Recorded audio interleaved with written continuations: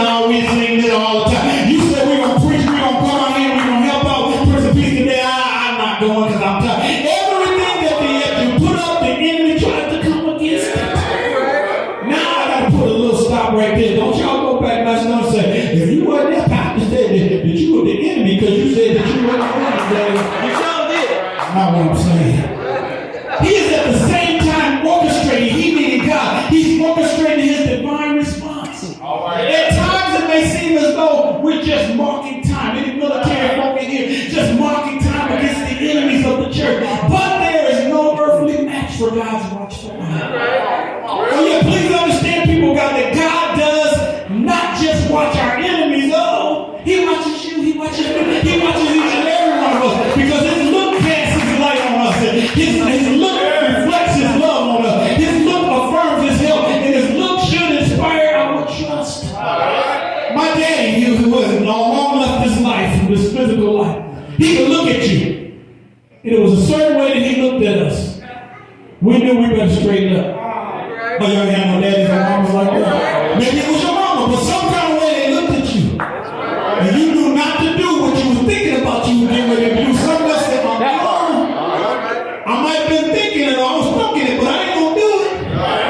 God is even more than that, plus some. Come on. He's looking at you, and the way he looks at you, and the way he talks to you and I, and the way that he moves in our lives, we know there's something that we should, and there's something we shouldn't do. I know the enemy tries to disguise it. He's a booger he does not like any of us. So every now and then he'll fool us, or sometimes he don't even have to fool us. Sometimes we just go ahead because that's what we want to do. Come on, y'all. Can I just give myself? We just go ahead and do it. I'll pass 3 times 7. But just know that whatever you do, God's watching each and every one of us. He's above and beyond our parents. You better watch how he looks at you because he sees everything. But nothing stopped them from moving forward as caretakers of this 21st century church of Jesus Christ. It's up to you and I, the born-again believers, to keep our eyes, the eyes of the church, focused on God. We are the church, right? We have to keep our eyes focused on God. We too must never yield to the enemy. Just like they did back in antiquity, we should not yield to the enemy. Because if God be for you, he's more than the world against you. Look at somebody else again around, maybe it's the other neighbor, and say, if God is in the house, come on. If you really believe that God is in the house, there's nothing too hard for him. God is watching the enemies of the church. Secondly, God will defeat the enemies of the church. Anybody got faith that he's already done that? Anybody know that he's already done that? Read Isaiah 54 and 17. No weapon formed against you shall prosper. But then you go on over and keep on reading. God, and all throughout the canon, all throughout all 66 books, God has already shown that he has given us the victory. Look at King Darius. He told Natai, the governor of all of the land around Jerusalem, he said, let the work of the house of God alone. That's what it says. In other words, he said, go get something else, go do something else, but leave God's house alone. Leave whatever God is doing, leave it alone. God is in this place. If the Lord is in the house, then you in trouble if you come against it. Leave the work of God alone. In other words, we ought not receive. Folk are going to say something all the time down here in this church, but we ought not receive the garbage because some people just got it good at listening to that garbage, listening to that gossip. Don't allow nobody to talk bad about your pastor. Come on. Don't allow nobody to talk bad about your ministry. Come on. Don't allow nobody. Don't you know that when they talk about your pastor and you remember that, or when they talk about your church and you remember that, they talk about you. I'll go that high. But they talk about you. I got 6 children. I had to think about it. Right? We got 6 children. 23 grandchildren. I had some more since I've been here last year. And 8 great-grandchildren. And used to be your leader of your praise team. Her and her husband got 1 child and another one on the way. So that'd be 24 grandchildren. Well, I say that. I was going somewhere with that. I'm 66. I don't know what I'm saying. Only you know. Only God knows. Yeah, he knows.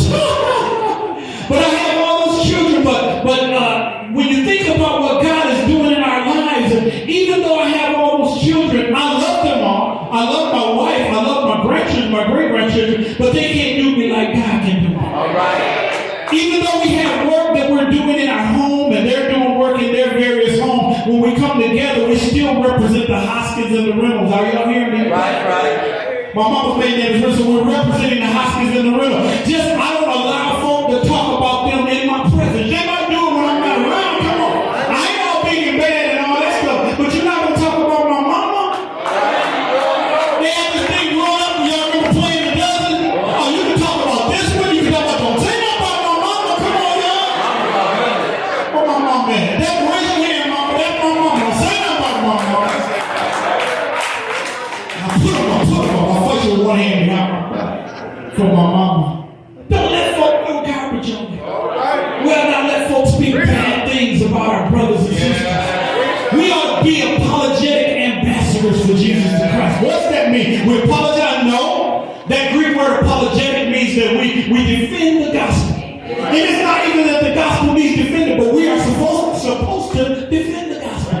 So we ought to be apologetic ambassadors for Jesus Christ. So when people are coming against the Almighty Master, or when they're coming against your church, we ought to tell them, no, you need to keep your mouth off the preacher. No, you ought to keep your mouth off the church.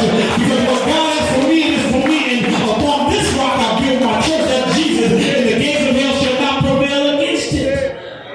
Jews had every right to continue their work. They did. And even in the face of the governor's challenge, God's providence proved to sustain the work of the temple. Did y'all check that out? Right. Despite the hostility that was going on all around them. It brings me to mind that the song in the 1950s. Now I was born in 59, so I don't remember before that because I wasn't around. But I remember some songs by being a musician somewhere. I remember some of those. But it was an R&B song during the R&B era that said, "One monkey don't stop." So this person could have been over the choir again, for example. Right. This person could have been the lead musician, but if they decide that I'm not going to do this no more, I'm taking my ball, I'm going home, no one monkey will stop the show. As a matter of fact, those words are a common African-American expression that simply means one setback should not impede progress. One setback ain't got nobody stopping us from moving forward.